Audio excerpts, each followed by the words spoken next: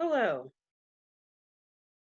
my name is Amanda Rawls, and today I'd like to talk to you about preparing for your next interview.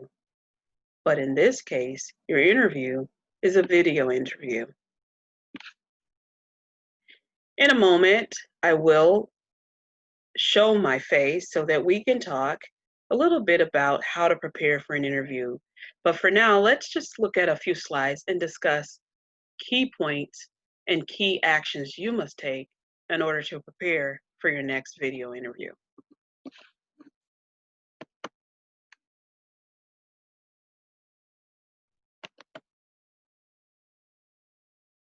All right, so you need to prepare for the interview. And now understand that details will make or break your interview. In essence, when you prepare for your interview, you want to start with research. That is, do your research on two things, the company and the interviewer. More than likely, you will be provided with the name or names of people that will be interviewing you. As you do your research on the company, ensure that you do some basic research. It's not really necessary to know everything about the company, but you do want to know things that are basic, such as the type of industry that the company is competing in, the products that the company make, the location, details about your position and how it fits within the company, and the impact that your work will have on the company and the product. In addition, you want to make sure that you research the person that you're interviewing. You can do this by basically looking on social media. Many professionals have a LinkedIn profile. In this case, it shows the companies they've worked for. It even gives information about their professional brand and what they stand for. You may find in your research of the person you're interviewing is that you have some things in common, or at least discover some of the pros and cons, meaning some of the pet peeves that the person you're interviewing has. This will help you as well to be relatable to that person or at least understand. No need in this case to really do the deep dive, but just know, if you can, a little bit about the person. Now, if there isn't anything out there about the person, my suggestion would be to simply research that person's position, meaning understand a little bit about their role, not a lot, but how it fits with your role so you'll know what that person is looking for. So now that you've done your research, you need to prepare for that video interview. Now, in this case, there are several types of video interviews, and we're going to talk about three. You might find the most popular to be a remote video interview. Now, the remote video interview will require you to be behind a camera via a laptop or a webcam, but it's basically you and the camera.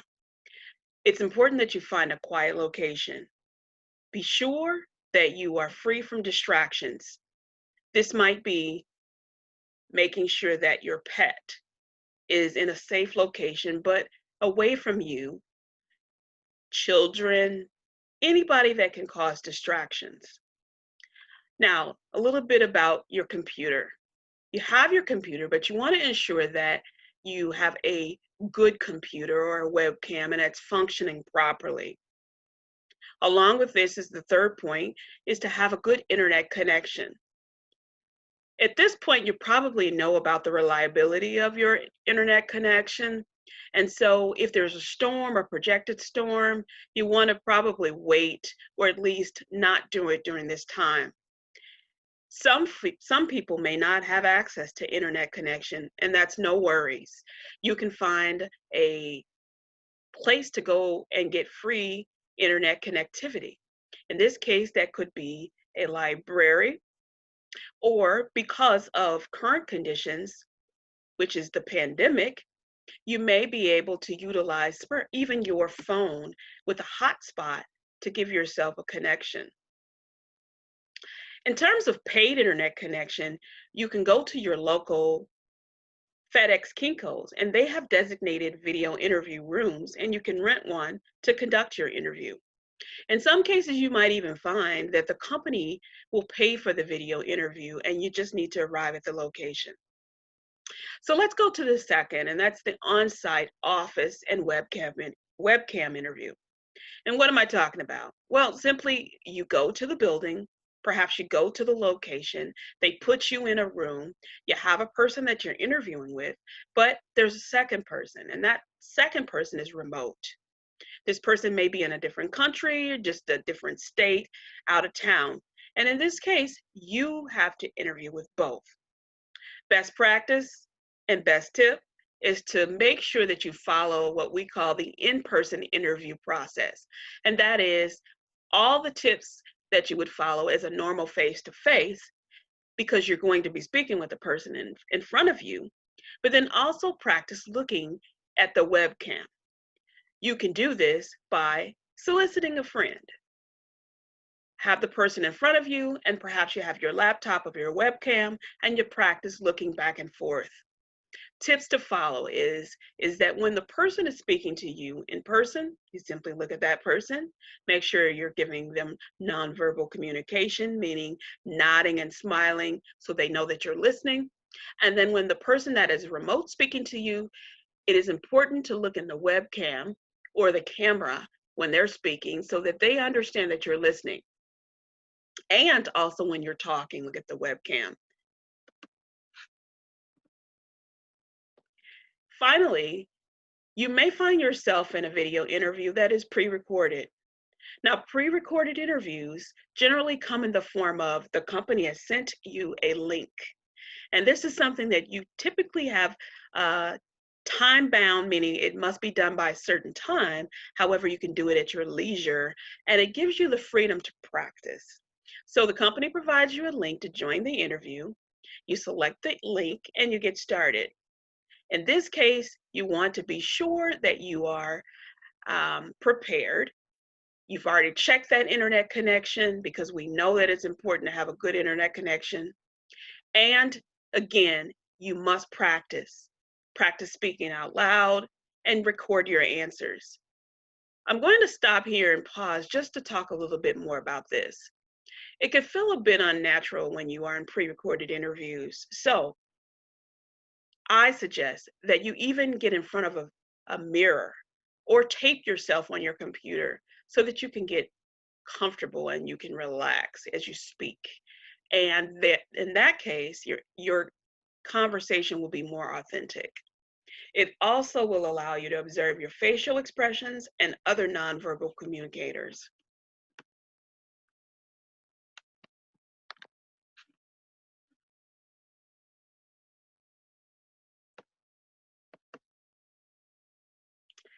Well, here I am.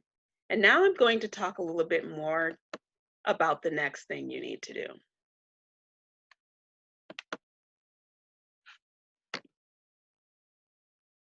So let's talk a little bit about dressing professional. As you have the interview, it is important to look the part.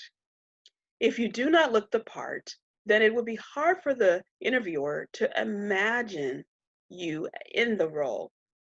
You want to make sure that as you're preparing for the interview and you're dressing up, that you avoid distractions. Now, what do I mean by that? Avoiding distractions include your hair. Let's talk a little bit about the hair. You want to ensure that your hair is styled neat and it's contained, it's off the face. Essentially, you want the person to look at you, not your hair, and be distracted by it. You also want to research the company. Well, yes, I talked about research, but in this case, I want you to research the company in terms of the dress policy, the dress code policy. And in cases like this, most companies do publicize this. So you want to make sure you learn their dress code and clothing culture. For example, Google's known to be a bit more relaxed, but in most cases, they want you to still come professional, but in this case, you may not need to come in in a suit and tie or just a suit if for women. So researching the company will help you understand what the dress code is like. And in general, you want to avoid loud and bright colors. It's okay to accentuate your your suit or your attire, if you will, with color, but you want to do it tastefully. So avoid loud colors and bright colors that distract the interviewer from looking at you and not hearing what you're saying. Now, as you can see, I'm displaying a few different examples. So what I have here, right here, is two scenarios, a male and a female, and you have the business professional as well as business casual. And in most cases, you want to, if it's business professional, stay with a bit of darker colors or something that's a bit conservative, unless you have research that tells you otherwise. But stick with that if you really don't. Also on the business casual front, as you can see, both the male and the female have color. So I mentioned before to avoid bright colors that are distracting. And so it's tasteful, but it's not distracting. As you look at the hair is done neatly. It is not distracting. So basically ensure that you come dressed professional, avoid loud colors, keep your hair in a nice professional way. With that, you can wear your hair in different styles. So for example, if there's braided styles and such, make sure that it's off the hair, perhaps in a bun, and it's conservative. All right, let's talk about the body language. And this is why we are in video mode at this point. Communication is 80% nonverbal. So what do I mean? Well, you may be communicating things that you are just not aware that you're communicating, and you want to ensure that it is what you want communicated. Okay, that was a lot. So let's talk a little bit about that. All right, the first is eye contact. Eye contact is very important. So when you speak, look at the webcam. And so right now, I'm looking at the webcam when I speak. Now, when you're listening, you can look away from the webcam. And I'm not necessarily saying look away like this. What I'm saying is look away, look at the screen. So now I'm looking at the screen because I'm listening. So when I'm talking, I look at the webcam. When I'm listening, I can look at the screen. And it's important to nod and smile and gesture when appropriate. This shows that you're engaged and that you're actively listening. So there's a difference between hearing and listening. And an experienced leader will pick up on when you're actively listening. Above all, be optimistic and positive. So how do you show that you're optimistic and positive? Well, sit up straight. You see how my posture just changed? Sit up straight. And if you have an issue with sitting up straight or you tend to lean, there's a quick fix for that. Just use a hard back chair, which will assist you and help you to maintain that posture of sitting up straight. This shows confidence. This shows leadership. It also shows that you're ready and you're listening.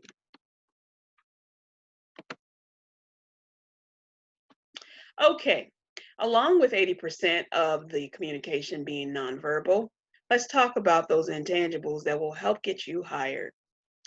What I'm speaking about is being authentic.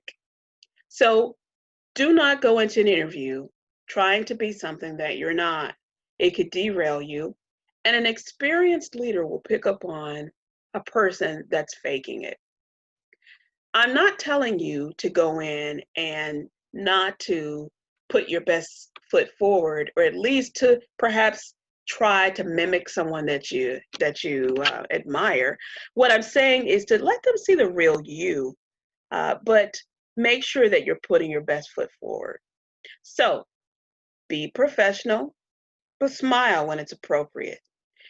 Some people will try to put you at ease and crack a joke, and if it's funny, then laugh. Also, research the company and don't be afraid to ask questions during your interview. And so, this is a part of the intangibles. Not everyone will ask a question. When people are interviewing you, they like to know if you really have a question. Make sure that your question is thought provoking. You can even ask a question as a follow up to the dialogue that you've had in the interview. Or perhaps you've researched the company and you just have an additional question about where they're going forward and what they're looking to do in the next 5 years. Interviewers at that point know that you've done your homework, and that will help score an extra check mark in the positive direction to getting you hired.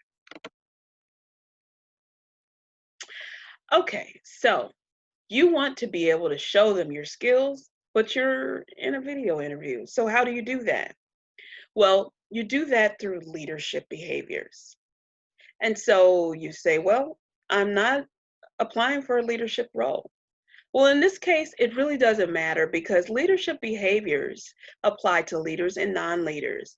Leadership behaviors are basically personality traits and character traits. They're actions that make an individual effective on a job, in a team, or an organization.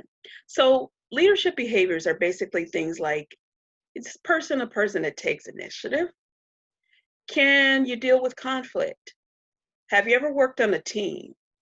And can you collaborate with others? If the success of the job is contingent upon a person taking initiative, getting along with others, and dealing with conflict, then you should give examples of when you've done that in the past. And that's showing leadership behaviors. Another important and probably foundational important of leadership behaviors is technical competence.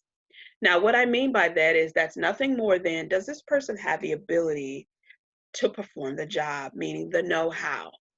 Do you understand the task and what you need to do? Does your work history, or at least examples that you provided, show that you have the basic understanding? No one expects that you have 100% understanding of the job, but if you have a good 70% or more, then you're in good shape because they can teach you the rest.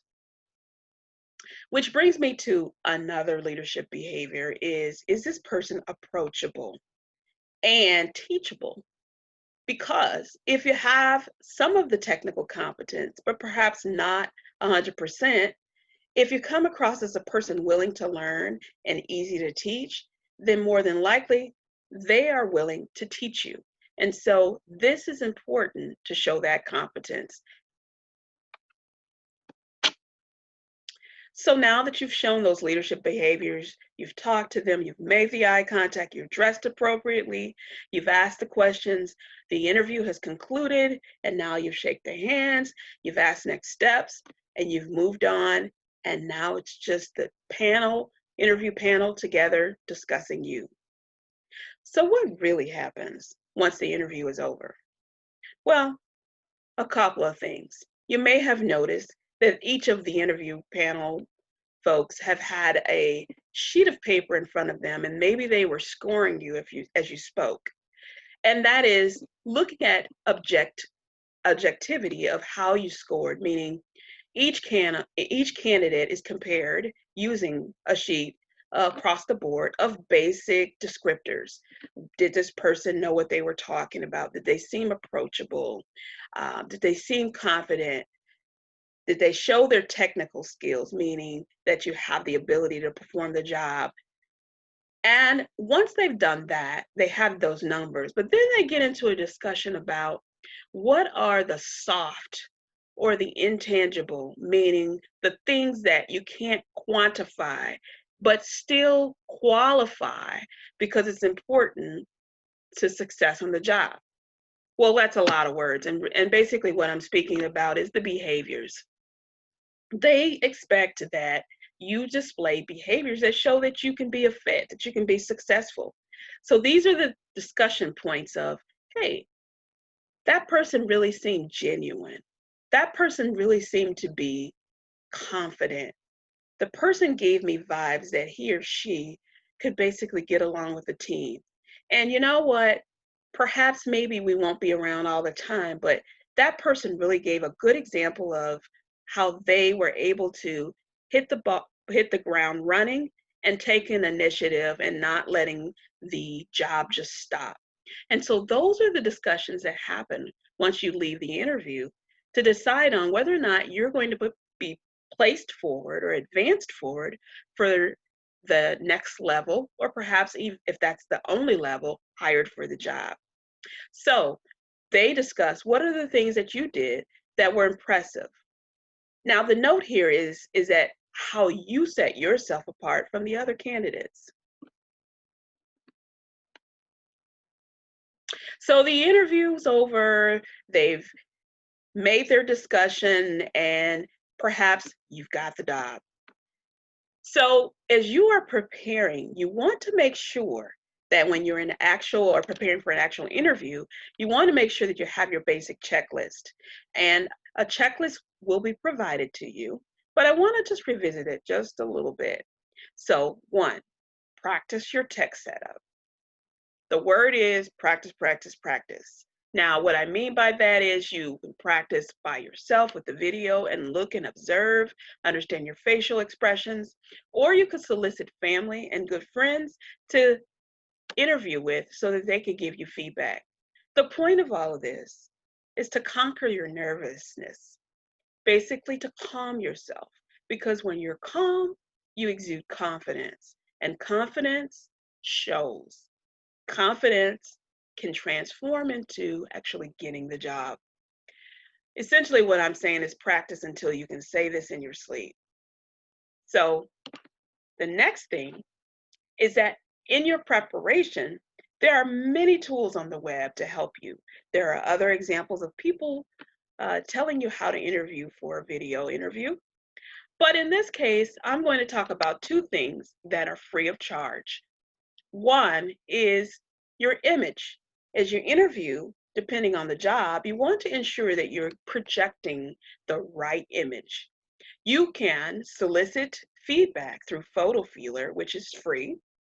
And there are portions that are not free if you really want to get advanced, but the one I'm talking about is free.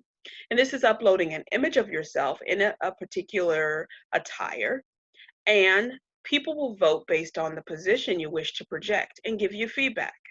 I'll share a little bit about that in a few slides. The second is job scan. Now, job scan is nothing more than you see a position, you have your resume, and you want to make sure that you're best suited for the job, but you're not quite sure. Well, job scan will compare and contrast the two and give you a percentage of how closely your resume aligns to the role. It will allow you to tweak and tell you what descriptors or leadership behaviors that we spoke about that are in the description are missing from your resume and allow you to tweak it. So let's look a little bit about job scan. So job scan, and I should make a quick correction here. The photo feeler is the one where it compare and contrast the image. But I'm going to talk a little bit about photo feeler, so I apologize here. Photo feeler is an example here of myself, of how I uploaded a photo of myself. Now, in this case, I wanted to be seen as a human resources leader. And as you can see, some of the feedback from strangers, they did vote based off of the photo that I gave. It wasn't my best feedback, but it was the feedback that I needed to hear. And oftentimes it's feedback that you do not want to get in a job interview. This is what preparation will get you. In this case, I was not necessarily seen as a person of an HR leadership position.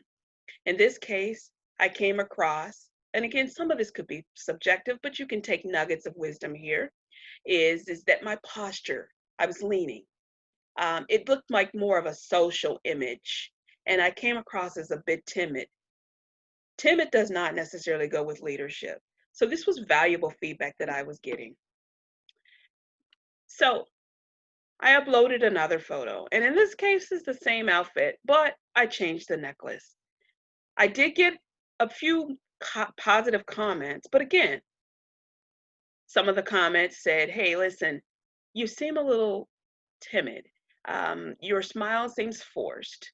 It looks more like a social photo." So I yet again changed my attire, changed my hair a little bit and makeup. And as you can see, the comments then went into a better positive direction.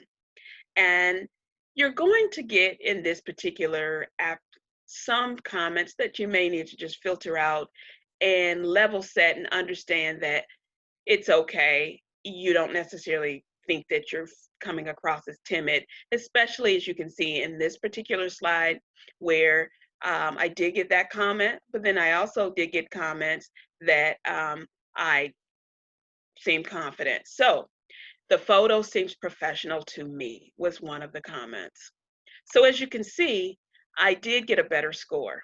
Now, Photo Feeler not only gives you comments, but it also gives you descriptors of those behaviors. So in this case, I was voted incompetency, likable, and influential. And so that helped me tremendously with my LinkedIn profile and also helped me as I interviewed for positions. And that's another shot of the data. So today we have discussed being prepared for your video interview. We've discussed the different types of video interviews that you might find yourself in. And we've discussed how to dress, what questions to ask, how to show up and get that job. You've got all the tools and all the things to get that job. Good luck to you. I know you'll do well. There are additional resources that will be shared with you. Please utilize them. And when all else fails, make sure you use that one-pager checklist to prepare for the interview. Good luck and thank you.